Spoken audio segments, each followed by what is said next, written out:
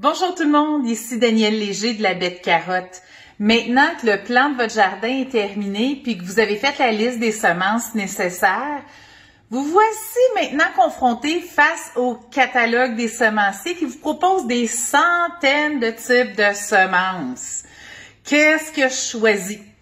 La première chose à faire quand on arrive face au choix des semences, c'est de décider si vous allez choisir des plantes patrimoniales ou encore des plants hybrides. Puis la différence est quand même relativement simple. Donc, sur la chaîne de la Baie de Carotte, aujourd'hui, on va regarder ces différences-là ensemble. Première chose, vous vous promenez là, sur des sites de semenciers québécois ou encore des grosses compagnies comme Perron, etc. Lorsque vous achetez des semences pour votre jardin, il y a deux types, les hybrides modernes ou encore les légumes patrimoniaux. C'est vraiment les deux grandes classes qu'on retrouve. On va regarder dans un premier temps les hybrides. J'en ai ici au niveau de carottes qui viennent de France et j'ai du Maine de chez Johnny's, des carottes encore mauves. OK? Donc ça, c'est des semences, c'est marqué dessus F1. Donc ça nous donne déjà un indice. Les hybrides sont développés lorsque les semenciers vont polliniser eux-mêmes les différentes variétés afin de faire ressortir leur force génétique. Donc, dans le fond, il y en a certains qui résistent mieux aux maladies, qui peuvent croître plus vite, qui peuvent avoir des fruits plus colorés que d'autres. Donc, ils veulent améliorer leur rendement dans le fond. Puis, ils ont tendance à très bien germer, à très bien croître, puis à avoir des fruits aussi uniformes au niveau des plants. C'est ce que les fermiers industriels, dans le fond, là, ils recherchent au niveau de leurs légumes.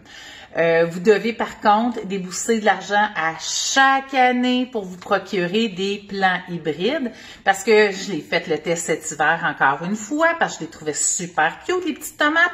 Si vous décidez de conserver des semences, des hybrides, puis vous les replantez par la suite, bien, vous allez avoir la caractéristique qui vont ressortir des plants parents.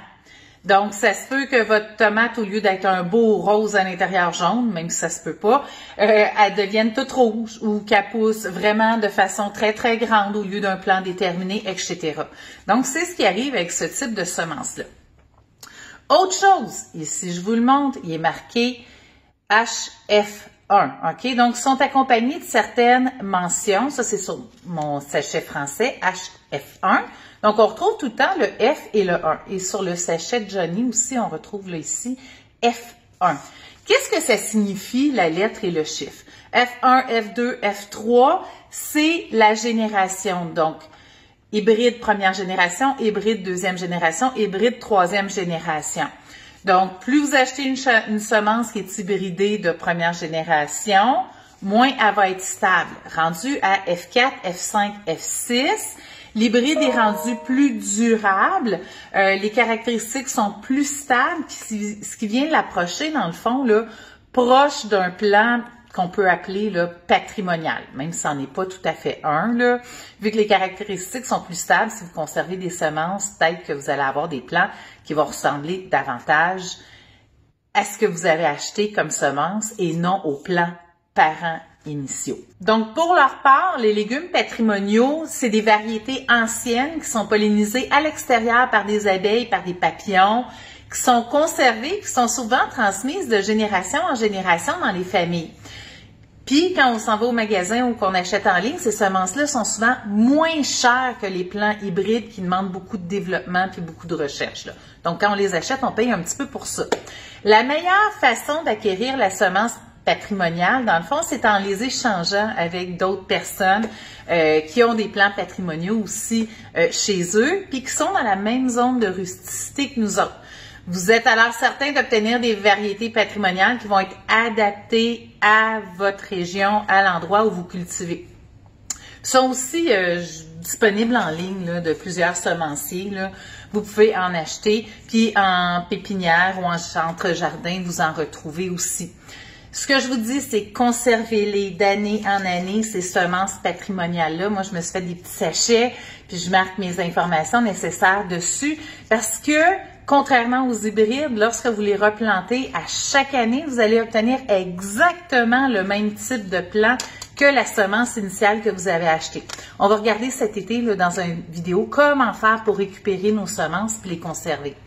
Enfin, au niveau des semences patrimoniales puis des semences hybrides, s'il n'est pas marqué dessus OGM, ce ne sont pas des OGM. Et les patrimoniales, ben, elles ne sont jamais OGM dans le fond. Donc, qu'est-ce que vous devez faire? Ça dépend de vous. Moi, je suis très, très patrimoniale. J'ai quelques hybrides parce que je veux les essayer, là. Mais dans mes récupérations de semences, là, c'est vraiment de la patrimoniale là, que j'ai à l'intérieur de mes coffrets à moi.